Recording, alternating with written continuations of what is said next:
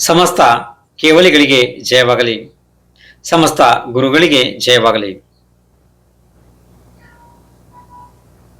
ತೀರ್ಥಂಕರರ ರಕ್ತ ಹುಟ್ಟುವಾಗಲೇ ಬಿಳಿ ಇರ್ತದೆ. ಏನ್ ಕಾರಣ?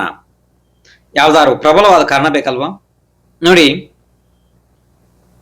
ಯಾವುದಾದ್ರೂ ಸ್ತ್ರೀಗೆ ಮಗು ಹುಡ್ತದೆ, ಆ ಮಗುವಿನ ಮೇಲೆ ಅವಳಿಗೆ ಇಷ್ಟೊಂದು ವಾತ್ಸಲ್ಯ ಇರ್ತದೆ. ಪ್ರಾಕೃತಿಕವಾಗಿ ಅವಳ ಶರೀರದಲ್ಲಿ ಹಾಲಿನ ಉತ್ಪತ್ತಿ ಆಗ್ತದೆ. ಆದರೆ ನಮ್ಮ ಜಿನೇಂದ್ರ ಭಗವಾನ್ ತೀರ್ಥಂಕರ್ ಅವರಿಗೆ ತೀರ್ಥಂಕರ ಪ್ರಕೃತಿ ಬಂಧ ಆಗ್ಬೇಕಿದ್ರೆ ಯಾವ ಕಾರಣದಿಂದ ಆಯ್ತು? ಅಂದ್ರೆ ಇಲ್ಲಿಗೆ ಬರೋದಕ್ಕಿಂತ 3 ಭಾವದಿಂದ ತೀರ್ಥಂಕರ ಪ್ರಕೃತಿ ಬಂಧ ಆಯ್ತಲ್ಲ, ಯಾವ ಕಾರಣದಿಂದ ಆಯ್ತು?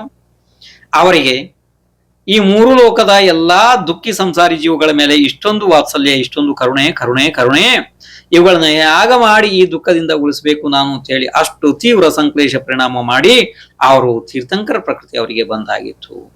ಆದ ಕಾರಣದಿಂದ ಅವರ ಸಂಪೂರ್ಣ ಶರೀರದ ರಕ್ತ ಬಿಳಿ ಬಣ್ಣದ್ದು ಇರುತ್ತದೆ ತೀರ್ಥಂಕರದ್ದು.